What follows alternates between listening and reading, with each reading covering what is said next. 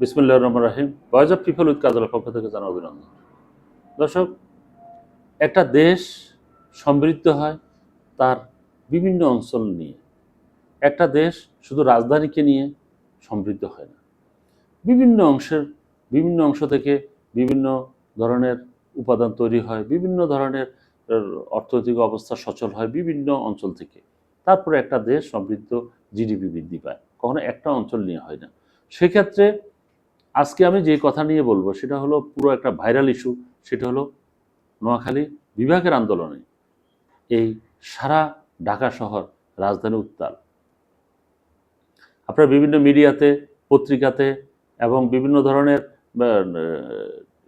Print media বলেন আর electric মিডিয়াতে আপনারা দেখতে পেয়েছেন, সারা বাংলাদেশ বা বিশ্বের মানুষ দেখতে পেয়েছে যে নোয়াখালীবাসী তার বিভাগ আন্দোলনের জন্য তারা প্রেস ক্লাব, তারপরে সচিবালয়ে প্লাস প্রধানমন্ত্রীর প্রধান উপদেষ্টার কার্যালয়ে তারা স্মারকলিপি দিয়েছে, আন্দোলন করেছে। অত্যন্ত চমৎকার এবং ভদ্রভাবে আন্দোলনটা করেছে। তো এই আন্দোলনটা কিন্তু একটা উদাহরণ হয়ে অন্যদের জন্য থাকলো। যেমন শিক্ষকরা আন্দোলন করছে, দেখুন তার বিভিন্ন দাবি দাবা নিয়েই তারা কিন্তু আন্দোলনটা করছে। আন্দোলনের ক্ষেত্রে তারা তাদের আন্দোলনটা তাদের প্রয়োজনে একটু বেতন হয়তো বৃদ্ধি পেলে, কোনো একটা সুযোগ সুবিধা বৃদ্ধি পেলে তাদের পরিবারটা একটু ভালোভাবে চলবে। এই ক্ষেত্রে কারো কিন্তু কোনো দ্বিমত নেই। আন্দোলনটা চমৎকারভাবে চলছিল। এবং এই যে শিক্ষকদের দাবির প্রতি আপনি বলেন এমন একজন লোক আছে যারা এর বিরোধিতা করছে, এমনকি সরকারে যারা অবস্থান করছে তারাও বিরোধিতা করতেছে না। তারা ভাবছে যে তাদের বেতনের পরিমাণ অথবা তাদের যে দাবি তার পরিমাণ কি পরিমাণ বাড়ালে তাদের বিশেষ রাজস্বের উপর কতটুকু এটা চাপ পড়তে পারে, নাকি আসলে সত্যিকার অর্থে এটা কোনো সমস্যা হবে না, তারা এই বিবেচনাটা করতেছে। এটাই হলো একটা আন্দোলনের স্বাভাবিকতা। এখন নোয়াখালী বিভাগের আন্দোলনের জন্য ওই নোয়াখালীবাসী সবাই কিন্তু একাধারে ওরা কাজ করে যাচ্ছে। আমি একজন নোয়াখালীবাসী হিসাবে আমি কিন্তু গত শুক্রবার অর্থাৎ 3 তারিখ 4 তারিখে কিন্তু আমাদের একটা বিশাল শোডাউন হয় মাইজদিতে, যেটা নোয়াখালীর রাজধানী, নোয়াখালীর প্রধান শহর। আপনারা তো জানেন নোয়াখালীটা সারা বাংলাদেশের ভিতরে 1 নম্বর জেলা, ধনী জেলা হিসাবে ঘোষিত হয়েছে। এখন দেখেন, এটা ছাড়াও নোয়াখালীতে প্রবাসীরা যে রেমিটেন্স পাঠায় সেটাও কিন্তু সবচেয়ে অন্য জেলার চেয়ে বেশি। তো সেখানে আমরা যারা ঢাকা থেকে বিভাগ আন্দোলনের করার জন্য সেখানে আমরা গিয়েছি, সেখানে বিশাল শোডাউন আমরা করেছি। লোকারণ্য, হাজার হাজার মানুষ সেই দিন সমর্থন দিয়ে আন্দোলন করেছে রাজপথে এই নোয়াখালী মাইজদি শহরে। বিশাল মাইজদি অত্যন্ত সিমসাম, অত্যন্ত সুন্দর একটা শহর। 1821 সালে এই নোয়াখালী জেলাটা প্রতিষ্ঠা হয়। তারপর থেকে আস্তে আস্তে এটার বিবর্তন হয়, সৌন্দর্য বৃদ্ধি হয়, মানুষের ভিতরে পরিবর্তন আসে।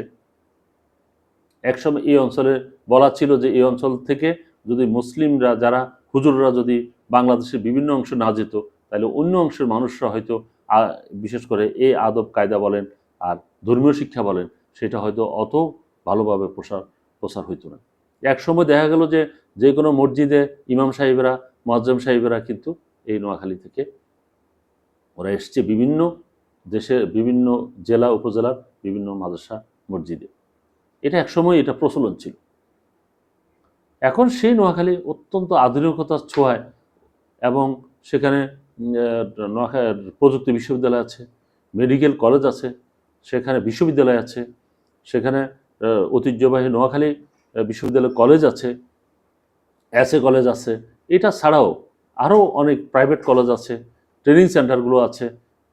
তারপরে সেখানে সমুদ্র বন্দর আছে, নোয়াখালীর সাথে সন্দ্বীপের সাথে যে সি লাইন যেটা সেটা আছে। তারপরে চেয়ারম্যান ঘাট থেকে হাতিয়ার সাথে সেখানেও একটা অত্যন্ত মনোরম সুন্দর একটা ঘাট আছে। সেই ঘাট দিয়ে মানুষ কিন্তু ওখানেও ঘুরতে যায়, ওখানে দেখতে যায়। তাই দেখেন নোয়াখালী কিন্তু অসাধারণ এবং অনেক সৌন্দর্য একটা দেশ, সমৃদ্ধশালী একটা জেলা। দেশ বলছি এই জন্য যে কারণ এই নোয়াখালী হলো বাংলাদেশেরই একটা অংশ।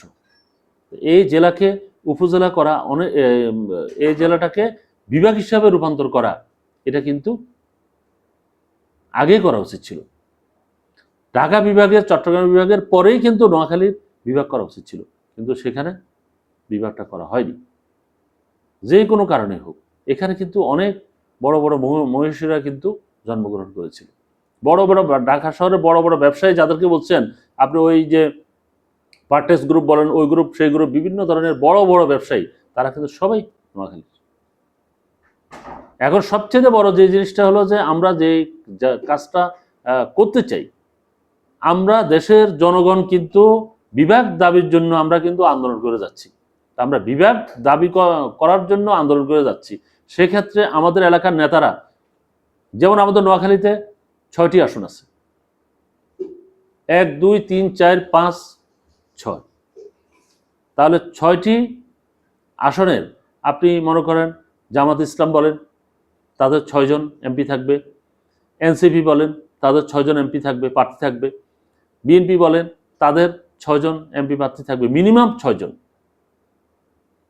তারপর অন্যান্য যে আরো দল আছে তাদেরও কিন্তু এরকম থাকবে। তা আমরা এই বিভাগ আন্দোলনে আমরা দেখতে চাই যে যারা সম্ভাব্য প্রার্থী অথবা ঘোষিত অঘোষিত যারা প্রার্থী, তারা আমাদের সাথে একাত্মতা গ্রহণ করছে কিনা, নাকি ঢাকায় বসে বসে তারা ওই যে এসিতে বসে বসে তারা বক্তব্য দিচ্ছে আর দেখা গেল যে আমরা মাঠে ঘাটে আন্দোলন করছি। এই জাতীয় কোনো ঘটনা যদি প্রমাণ হয়, আমরা ওই প্রার্থীকে আমরা বয়কট করব। আমরা কেউ তাকে ভোট দেব না। যে তার নিজের অধিকার, প্রাণের দাবি, বিভাগকে যে বাস্তবায়ন করার জন্য চেষ্টা করবে না, আর ভোটের সময় সে যায় বলবে যে আমাকে ভোট দেন, অমুক মার্কা তমুক মার্কায় ভোট দেন, আমি আপনাদের জন্য এসেছি, তখন আপনারা দেখতে পাবেন যে নোয়াখালীবাসীর ভিন্ন রূপ। এখন জেএনজিদের যুগ, এখন আর আগের মতো ওই বিভিন্ন ধরনের আদা পড়া পানি খাওয়ায় আপনারা ভোট দিতে পারবেন না, ওই আরেকজনকে 500 টাকা 1000 টাকা দিয়ে ভোট দিতে পারবেন না, সেই সুযোগ এখন নাই। নোয়াখালী তো এখন অনেক ধনী রাষ্ট্র, ধনী একটা জেলা। সেখানে আপনি কি ঢাকা শহরে দেখেন, সত্যিকার তো বুকে হাত দিয়ে বলুন তো, এই ঢাকা শহরে আমরা তো বিভিন্ন রিক্সা সিএনজিতে আমরা চলাফেরা করি, আপনারা কয়জন নোয়াখালীবাসীকে এর রিক্সা চালাতে দেখেছেন? কয়জনকে আপনি সিএনজি চালাতে দেখেছেন? আমি তো বিগত 6 মাসের ভিতরে একজনকে দেখিনি। বহু রিক্সা সিএনজিতে অথবা উবারে উঠেছি, আমরা তো দেখিনি। তার মানে এতেই প্রমাণিত হয় যে ওই জেলার মানুষ এখন সমৃদ্ধশালী, ওই এলাকার মানুষ বলেন, ওই এলাকার সব কিছুতেই এখন একটা আধুনিকতার ছোঁয়া, উন্নয়নের ছোঁয়া কিন্তু লেগেছে। তাহলে আজকের যে আমি যে আজকে যে কথাগুলো বলছি, আপনারা কান খুলে শুনুন, স্পষ্টভাবে আপনাদেরকে এই বার্তাটা দিচ্ছি। আপনারা যারা দাবি করেন আপনারা নোয়াখালীবাসী, বড় বড় ব্যবসায়ী বলছেন যে আমি অমুক ব্যবসা করে তমুক গ্রুপের মালিক, আপনি আমাদের কাতারে আসুন, এই আন্দোলনটাকে সফল করার জন্য আপনারা চেষ্টা করুন। নোয়াখালীবাসী আপনাদেরকে সেলুট জানাবে, সম্মান দিবে। আমরা কারো কোনো শত্রু না। অন্য কোনো, যেমন বরিশাল বিভাগ হয়েছে, আমরা কখনো বিরোধিতা করেছি? খুলনা বিভাগ হয়েছে, আমরা কখনো বিরোধিতা করেছি?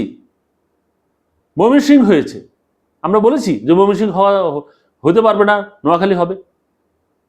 এখানে কিছু লোক আছে যারা অবুঝ, যাদের জ্ঞান বুদ্ধি কম, যারা তাদের স্বার্থ চরিতার্থ করার জন্য ওরা বিভিন্ন ধরনের নোয়াখালীবাসীকে ওরা হেয় করার চেষ্টা করছে। এটা মোটেই উচিত নয়, কারণ নোয়াখালী অত্যন্ত আতিথেয়তা পরায়ণ একটা জেলা। ওখানে একজনের প্রতি আরেকজনের শ্রদ্ধাবোধ। এই নোয়াখালী জেলায় তো সবচেয়ে প্রথম যে প্রচলনটা হয়েছিল সেটা হলো যে বড় ভাই যদি বিয়ে করে তারপর ছোট ভাই বিয়ে করবে, তারপরে ছোট ভাই বিয়ে করবে। এইভাবে একটা বন্ধন, ভালোবাসার যে বন্ধন, পারিবারিক যে বন্ধন, যে শিক্ষা, সেই জিনিসটা কিন্তু নোয়াখালী থেকেই এসছে। অর্থাৎ নোয়াখালীতেই এটা প্রচলন আছে এখনো বর্তমানে। এখন তো বলেন যে আধুনিকতার ছোঁয়া লেগেছে, কিন্তু ছোঁয়া লাগলেও এখনো কিন্তু এটা আছে। এখন আপনারা যারা এই যে এখন বিভিন্ন জায়গায় চিন্তা করতেছেন যে আপনি এমপি হবেন, আপনি নেতা হবেন, তাহলে আপনারা ঝাঁপিয়ে পড়ুন। আমরা কিন্তু দেখছি কে কোথায় কিভাবে কাজ করছেন, আমরা কিন্তু দেখছি। আপনাকে কিন্তু এই জনগণের সামনে আপনারা প্রশ্ন উত্তর দিতে হবে। আপনি কোথায় কোথায় আপনি গিয়েছেন, আপনি ছবি রাখবেন। আপনি কোথায় কোথায় গিয়েছেন ভিডিও রাখবেন। আপনি যেন আমরা প্রশ্ন করলে বলতে পারেন, হ্যাঁ আমি অমুক জায়গায় আমি এই কাজ করেছি। আজকে আপনাদেরকে বললাম, আপনারা সবাই ঝাঁপিয়ে পড়ুন। এই বিভাগ এবারে শুধু একটু একটু বাকি আছে। এই সামান্য একটু আপনারা এগিয়ে আসুন, সামান্য একটু। এরপরে এটা বাস্তবায়ন হবেই হবেই হবেই। সবার জন্য শুভকামনা থাকলো। আল্লাহ হাফেজ।